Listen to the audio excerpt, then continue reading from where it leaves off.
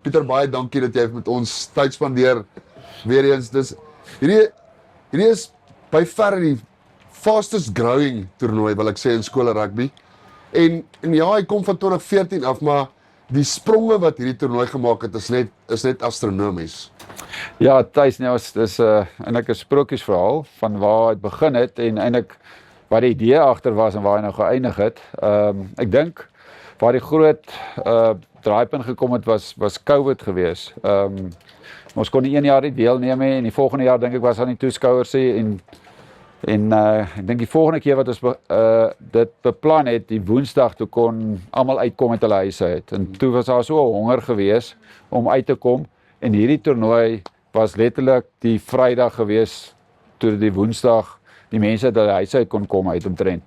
En of nie eintlik uit hulle huise, maar waar hulle toestemming gegee was om na toernooie toe te gaan of na sportbijeenkomste. Ja, en daai toernooi was 'n groot sukses en ek dink die skole rugby wat nou na 'n ander vlak toe gaan het obviously bygedra tot dit. Ja, so nee, dis 'n groot voorreg en ons is baie geseënd. Pieter, wat is jou hoekom agter hierdie Noord-Suid toernooi? Wie wat in die begin was dit destyds Barloworld Toyota wat nou uitgekoop is deur NMI Toyota, het ek met het ons om 'n tafel gesit toevallig en hulle het gesê maar Jesus, hulle sal baie graag betrokke raak by 'n Noord-Suid toernooi by skole. En ek het gesê, Jesus, ek sal dit enigtyd kan reël. Ek ken van die skoolouens, kan nie so moeilik wees nie. Ken 'n bietjie van rugby? Ja, maar anyway, toe besef ek, nee, dit is glad nie so maklik en dit is toe bietjie die skole, ek wil nie sê skolepolitiek, maar baie skole daai stadium het na 'n klomp verskillende toernooie toe gegaan. En maar my hele hart was gewees om te sê, kom ons kyk of ons iets kan skep vir die noorde en die suide waar hulle teen mekaar kan kompeteer. En ons het so 'n bietjie 'n ander model gehad as die tradisionele festivals. So die festivals kies net maar 23, hulle speel 3 wedstryde oor 5 dae. Ons het gesê, luister, ons gaan net 2 wedstryde speel. Ons gaan nie net 1 rusdag hê nie, ons gaan 2 rusdae hê, want die rugby op skoolvlak is nou op so 'n vlak dat jy moet genoeg ruskans gee, anders herstel nie. Ja. En omdat ek op skool meeste van die tyd B-span gespeel het, ek gesê, luister, ons wil nie net 'n toernooi hê vir die A-span spelers, ons wil hê vir die B-span spelers ook. So in die begin was dit al vreemd vir baie skole gewees, maar nou oefen alle skole se A en B-spanne saam. So ons nooi 38 spelers wat hier na toe kom en baie van die die onderwysers of afrigters gebruik hierdie om eintlik amper soos proewe nog, om hulle span uit te check. Diepte. Ja. En wat ons ook verskillend is van obviously van die festivals, so ons hoef nie te roteer by die A-span nie. So jou A-span kan jy altyd jou beste ouens kies, maar jy kan by jou B-span roteer. Ja. So en ons het ook die beleid hierso, ons wil nie met squad speel nie, so jy moet by die B-span gespeel het. En dan kan jy reserve wees vir die A-span, 1 of 2 uitsonderings. En ons wil graag hê dat almal omtrent 'n volle 60 minute gespeel het, gestart het. So ja, so dis wat ons graag wil skep en ons het dit reg gekry en het al meer gewild geraak. Vir jare het ons 'n aansienlike vergroting van 2 jaar terug het ons 46 wedstryde gehad. Ons het vir jaar 82 wedstryde. Ja. En ons het nou so half die volgende vlak skole wat regtig belangstel om 'n rugbyprogram te groei of te verbeter, ook deelgemaak van Noord-Suid. En dis waar Harlequins ingekom het as 'n ekstra veld.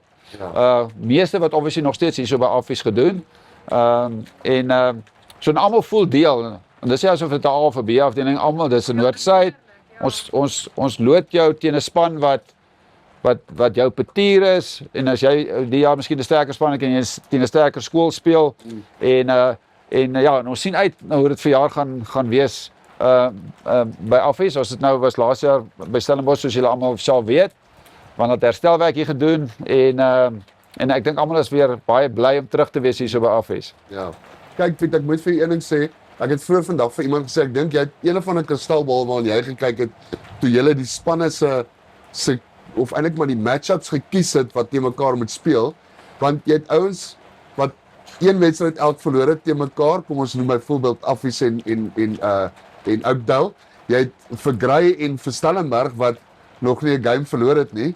en op hierdie stadium eintlik nou maar seker die nommer 1 en 2 is in die land. So ek moet sê jou matchups, ek weet nie waar jy jou idees gekry het nie, maar ek moet sê die krag teen krag wat julle teen mekaar sit, is eintlik fenomenaal. Ja, ek dink wat belangrik is van so 'n toernooi is dat jy wil nie uitskieters hê nie. So jy wil kompeterende wedstryde kry, so daar word baie gedink oor die matchups.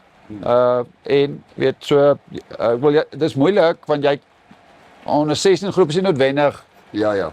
die matriekgroepie Ja. of weet 2 jaar later, weet al die onder 19 spanne word baie goed afgerig. Weet en dan vind baie keer skuwe ook plaas, maar so die matchups is ontsettend belangrik. So ons wil kyk hoe kompeterend moontlik ons die wedstryd kan maak. En ons hoop dit is weer 'n sukses. Daar is baie lekker wedstryde wat in die begin mense gedinge dalk nie so nice is nie, maar nou na die eerste 2 weke sien hulle dit is eintlik 'n lekker wedstryd om te kom kyk. Korrek. Ek gaan afsluit met hierdie vraag, anders gaan ons kameramanne natreen.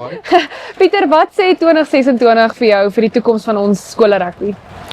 Nee, ek dink Suid-Afrika is op 'n baie goeie plek skole rugby gewys.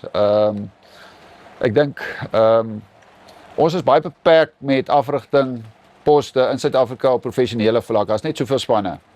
So daar's soveel professionele rugby spelers wat deesdae betrokke raak by afrigting en as hy nie oor see kan gaan of 'n geleentheid kry nie, dan raak hy by skole betrokke. En dit maak dat daar beter afrigting is en obviously die seuns oefen beter, hulle word beter afgerig, die produk is net beter. Ja. En dit is 'n ongelooflike opwindende omgewing waar ons nou is met skole rugby. So ek dink dit is belangrik dat daar 'n balans gehandhaaf moet word.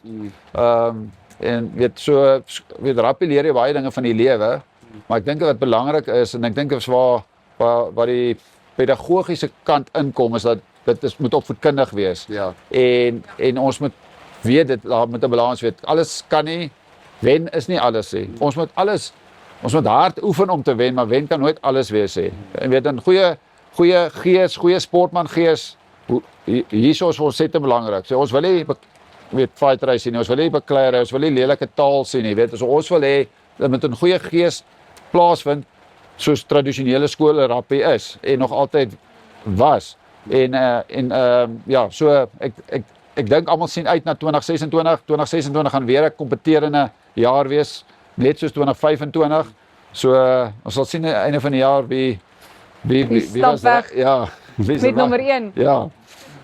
Piet, ons sal weer met jou praat. Jy het natuurlik 'n span ook wat jy afrig, so ons gaan met jou daaroor ook gesels later in die week en maar baie dankie en weer eens dankie dat ons van Blaadside se kant af wat ons kan deel wees van die fantastiese NMI Toyota Noordsuid toernooi. Nee, baie dankie en dit is vir ons lekker dat julle deel is van Noordsuid en ja, net van my kant af NMI is van die begin af hierso. Ja. So ons is baie dankbaar dat NMI Toyota deel is van hierdie toernooi, anders sou nooit moontlik gewees het. Ja, baie dankie. Dankie Pieter. Okay.